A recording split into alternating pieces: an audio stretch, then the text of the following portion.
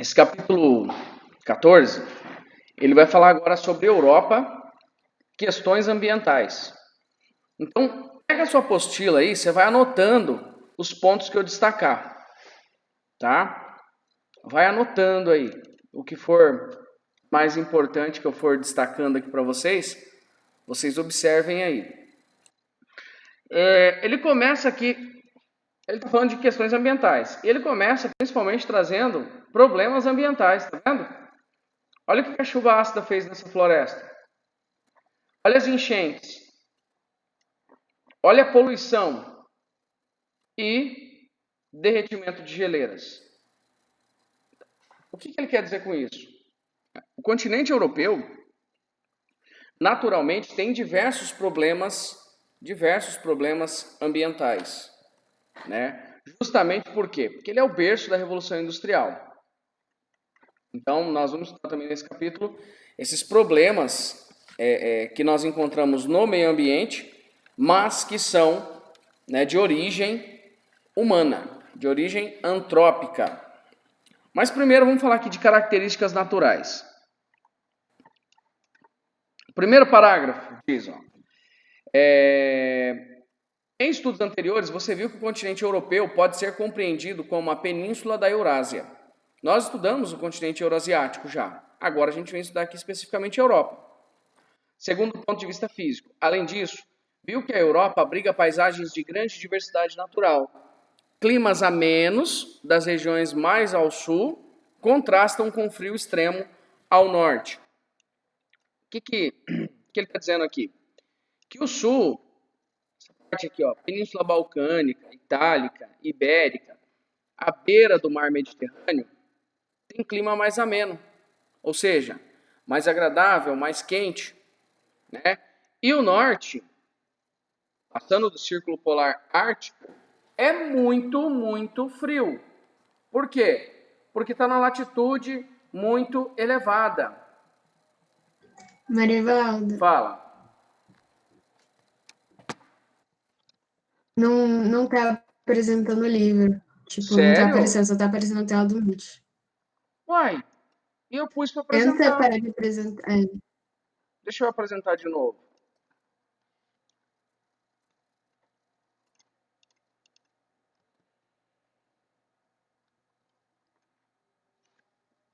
Apareceu? Agora foi. Uai, gente. Tá doidão esse Meet, hein? Eu já tinha feito esse processo. Bom, vamos lá. Então, esse mapa aqui que vocês têm aí na página 5 da apostila 4, né, é o mapa do continente europeu. Então, ele está dizendo aqui que o sul tem os climas mais amenos, mais quentes. O norte tem os climas mais frios, extremos, né? Pega aqui a península da Escandinávia, por exemplo, é muito fria. Noruega, Suécia, Finlândia, Rússia, essa região toda aqui, Islândia, tudo é muito frio. E o meião aqui? É de clima temperado. Então, Mediterrâneo, temperado, subpolar. Mais frio, um pouquinho menos frio, mais quentinho. Ok? E aí, vocês vão destacar 3 rios principais. Primeiro, eu queria que você observasse aqui, Rio Danúbio. Olha só, onde ele deságua? No Mar Negro. Ele está nascendo lá nos Alpes ali da França com a Suíça. Ele vai descendo, vai parar no Mar Negro. Aí, você tem o Danúbio, você tem o rio Reno. Olha onde ele nasce, pertinho do Danúbio também, nos Alpes. Ele vai descendo, o rio Reno vai sair lá na Holanda, tá? E aí você tem esse outro rio aqui, grandão, que é o rio Volga. Olha onde ele deságua, no Mar Cáspio. Então tem esses 3 rios principais. O Volga é o mais extenso, tem mais de 3.700 quilômetros de extensão. O Reno é muito importante porque ele está na parte aqui de países muito ricos, conecta países muito ricos, os 2 mais ricos do continente, né? A Alemanha aqui mais ao norte e a França aqui mais ao sul, além, claro, da Holanda, né, da Bélgica, tá todo mundo integrado nesse rio. E nós temos o Danúbio, que corta 9 países diferentes da Europa. Então, geopoliticamente, o Danúbio é muito importante. O Volga é o mais extenso e o Reno, que corta a região mais rica. Ah, professor, mas não tem outros rios importantes? Tem, né? Tem sim. Por exemplo, na própria França, o rio Sena, né? No caso da Inglaterra, o Tâmisa, no caso da Itália, o rio Pó, lá no norte do país, ó, inclusive a região mais urbanizada e industrializada que tem no continente. No caso de Portugal e Espanha, esses dois rios são os mais importantes, o Douro e o Tejo. Tem vários tipos de rios, né? Rios grandes.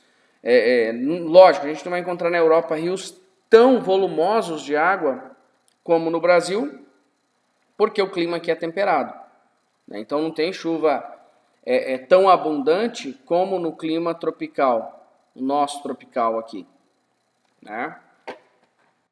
Então anote esses 3 rios: Danúbio, Reno e Volga, tá? Deixa eu virar aqui a página. Diversidade climática e fitogeográfica. Primeiro nós vamos olhar aqui o mapa de clima. Olha a lógica do clima europeu. Mediterrâneo ao sul, beirando o mar Mediterrâneo. Tá? Aí você tem 2 tipos de temperado. O oceânico, que vai pegar aqui Espanha, França, né, a parte da Alemanha, a Bélgica, a Holanda, Luxemburgo, vai pegar o Reino Unido inteiro, vai pegar o litoral norueguês, olha só, tá? E você tem esse bege aqui, que é o chamado temperado também, só que é continental. É temperado, continental. Os dois são temperados. E aí subindo mais um pouquinho, você vai ter esse clima aqui, ó, que é o chamado frio, ou temperado frio, ou subpolar, tá? Aí você tem mais ao norte, já lá pegando a Islândia e o norte aqui da Noruega, Suécia, Finlândia e Rússia, clima polar. Então é extremamente frio. Veja a lógica: ó. Polar, subpolar, temperado, mediterrâneo. Ah, professor, faltou 2. Realmente, faltou 2. Né? De montanha, aqui tem os Alpes, suíços, alemães, franceses, austríacos, né? Os Alpes são uma formação que se estende ali por vários países ao sul da Europa. Você tem aqui os Alpes escandinavos, tá? Apesar de ser um conjunto montanhoso, não é tão alto quanto os Alpes aqui do sul, né? Os Alpes do sul são um dobramento moderno. Os Alpes do norte são escudos cristalinos, é um relevo mais antigo. E também na região chamada de Cáucaso, aqui é cheio de conflito, nós também temos diversas áreas montanhosas. Quem tem acompanhado essa disputa que está acontecendo em Nagorno-Karabakh, né, dos armênios e os azerbaijanos, né, está acontecendo aqui nessa região montanhosa. E ali na Rússia você vai pegar também uma parte relativamente extensa de clima semi-árido, ok? Mas em linhas gerais, você tem que saber qual o clima. O do sul, que é o Mediterrâneo, o do centro, que é temperado, e o do norte, que é polar e subpolar. Agora vamos lá, eu preciso da participação de vocês. Aí, Núbia, verdade, hein? Preciso da participação de vocês. 9º ano já precisa saber disso, hein? Se eu tenho clima mediterrâneo, qual é o tipo de vegetação encontrada aqui? No clima mediterrâneo. Vegetação mediterrânea. Muito bem, Henrique. Só na Europa? Não, no mundo inteiro. Tá? Se o clima é temperado, qual vegetação ou vegetações nós encontramos?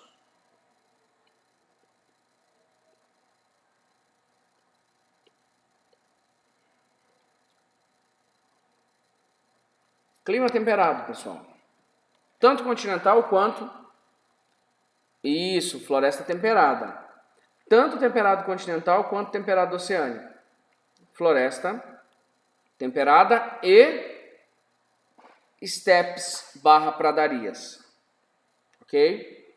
Se o clima é subpolar, esse verdinho aqui, ou frio de temperado frio, qual a vegetação que nós encontramos?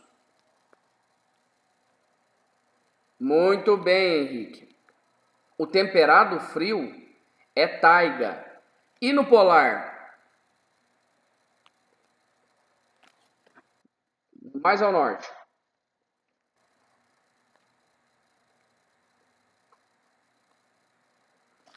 Exatamente, Aline. Gente, isso é muito, muito importante. Eu tenho visto todo ano em provas de vestibular, sempre que cai questões que envolvem tundra e taiga, o aluno lá do terceiro ano, ele errando, tá? Tundra, lembra? É aquele do clima mais extremo que existe, né? Muito, muito frio. Então, a tundra, ela fica 8, 9 meses do ano congelada. E aí, durante 3, 4 meses do ano, ela se descongela. Ela é uma vegetação, né? É um bioma formado de musgos e líquens, principalmente. Isso. E aí, a taiga é do clima subpolar, ou temperado frio. A taiga é a mesma coisa que coníferas, né? Ou né, floresta boreal. Floresta boreal, taiga ou coníferas é a mesma coisa. Então, no caso europeu, olha a lógica. Norte, tundra, logo abaixo da tundra, taiga, logo abaixo da taiga, floresta temperada, logo abaixo da temperada, vegetação mediterrânea. Você viu que existe uma lógica de construção? Ele vai do mais quente ao sul para o mais frio ao norte, né? Então, se o clima vai esquentando ou esfriando, consecutivamente as vegetações também vão se transformando. Elas se adaptam às condições. É isso que esses textos vão mostrar. Olha isso aqui. Floresta Negra na Alemanha muda de aspecto ao longo das estações do ano, adaptando-se ao clima temperado. Olha lá. Algumas coníferas, né? Tem partes de coníferas, não só coníferas. Aqui já é uma área de zona de transição, uma área montanhosa, né? Então ela se transforma. Olha o norte europeu. Que vegetação que você vê aqui nessa foto, gente? Floresta temperada, Maria Clara. E pradaria. Que vegetação que tem nessa foto, pessoal? Isso aqui deve ser Noruega, né?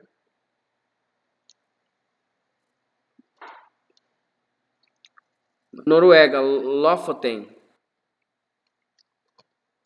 Olha lá, não tem vegetação. O que você vai encontrar aqui, né? O máximo que você encontra aqui é tundra, em alguns lugares taiga. Então, olha que zoado morar num lugar desse, né? Fiordes, bem na beira da fiord mesmo.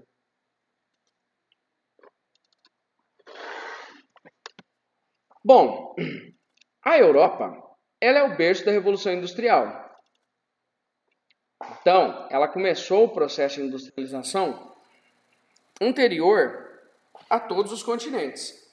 Logo, né, hoje é o continente que apresenta a maior quantidade de problemas ambientais, embora haja investimentos, né, para tentar amenizar esse problema.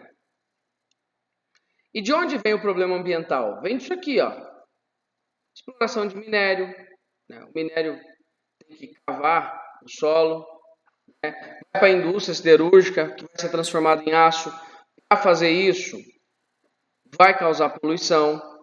Vai fabricar o carro, né? Ou os afluentes, os efluentes lançados por essa indústria acabam parando dentro de córregos de rio, de mar. E aí lançam os carros, né? Os carros, por sua vez, acabam poluindo a atmosfera com os combustíveis fósseis.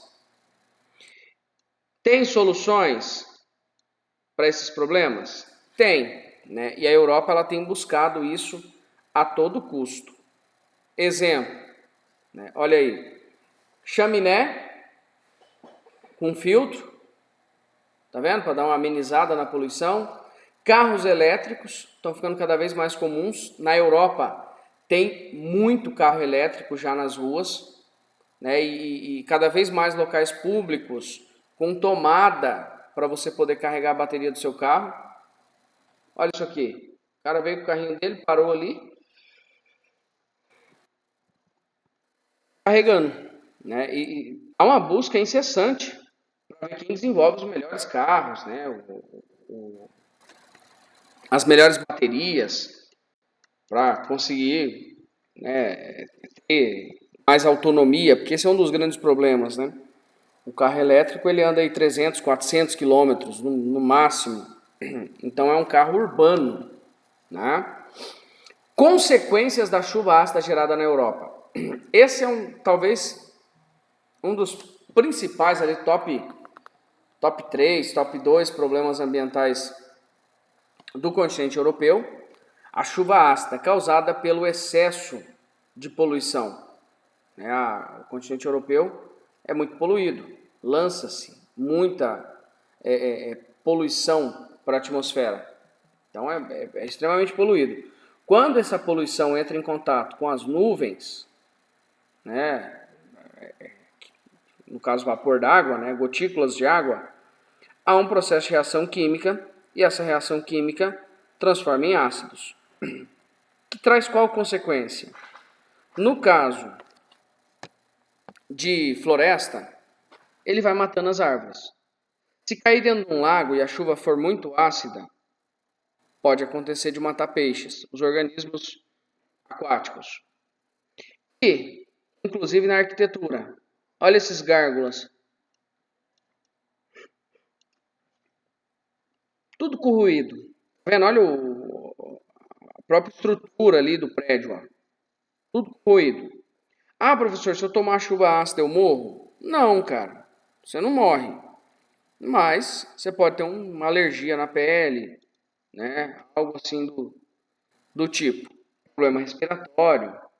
Realmente é um problema muito grave e é um problema que ocorre principalmente no vale do rio Reno e Danúbio, tá? Principalmente no Reno e Danúbio, que são as regiões mais industrializadas. E a Europa está sofrendo com as mudanças climáticas, que ela tanto fala, né? Quais são essas consequências? Primeiro, quais são não, né? Primeiro, de onde vêm essas consequências? Né? Por quê que está tendo tudo isso aqui de problema? Segundo, né, alguns cientistas, é porque nós temos uma elevação no nível de poluição dos gases do efeito estufa, como nós chamamos. Principalmente o gás carbônico e o gás metano. E aí tem aumentado a temperatura da atmosfera, que por sua vez altera o ciclo natural do planeta. Olha o que ele diz. Estudos da AEA, que é a Agência Europeia do Ambiente, Meio Ambiente, indicam que essas alterações climáticas impactariam a Europa de diversas formas diferentes, como a desestabilização da disponibilidade hídrica, fortes tempestades, subida do nível do mar e etc. No infográfico a seguir, veja algumas consequências negativas que as regiões enfrentarão, ou que já estão enfrentando, né, caso o cenário de aquecimento da atmosfera não seja modificado. Então, na região ártica, aumento da temperatura, consecutivamente diminuição do gelo, risco de perda da biodiversidade. Na região do Atlântico, aumento do risco de inundações fluviais, aumento de danos das tempestades de inverno, aumento de chuvas fortes, etc. Olha a região mediterrânea, aumento do calor extremo, aumento da mortalidade pelo calor, diminuição do potencial de energia. Zonas costeiras e mares regionais, aumento do nível do mar, aumento da acidez dos oceanos, alteração das comunidades de espécies marinhas. No continente, aumento do calor extremo, diminuição do valor econômico das florestas, aumento do risco de incêndios florestais. E nas áreas montanhosas, aumento da temperatura, risco de extinção de espécies, alteração no potencial hidrelétrico. Então, tem várias consequências práticas. Então, nós vemos aqui que a Europa ela tem diversos problemas ambientais. Só que, ao mesmo tempo, a Europa está na vanguarda da proteção ao meio ambiente. Ela começou primeiro que todo mundo, né? Lá em 1972, 1972, nós tivemos este acordo aqui, ó, conferência, né? A Estocolmo 72, Conferência de Estocolmo. Foi a primeira reunião da ONU para discutir problemas ambientais, né? Para discutir o nível de depredação que a gente estava causando no meio ambiente. Então perceba, foi só em 1972. E foi onde? Na Suécia, tá? Lá em Estocolmo. Mostrando uma fotinha de como foi. Então a Europa ela começou essa discussão. Aí nós tivemos outras conferências. Preciso decorar essas conferências, professor? Não. Tá? A Rio 92, que aconteceu aqui no Rio de Janeiro, que é onde nós começamos a ter a introdução do termo desenvolvimento sustentável. Protocolo de Kyoto, lá na cidade de Kyoto, no Japão, em 1997. A Rio mais 10, que apesar do nome Rio, ela não foi realizada no Rio de Janeiro. Ela foi realizada em Joanesburgo, na África do Sul. Aí nós tivemos a Rio mais 20, que retorna ao Brasil em 2012. E aí, 3 anos depois, de novo na Europa, né, o Acordo de Paris, assinado de novo na Conferência da ONU, a COP21, Conferência das Partes, a 21ª, né, por isso COP21, Conferência das Partes de número 21. O acordo foi aprovado por 195 países, ou seja, todos os países do mundo, tentando o quê? Reduzir a emissão dos gases do efeito estufa. E aqui nessa ocasião, ó, o presidente indiano discursando. E acabou. Jesus! Que curtinho. Deixa eu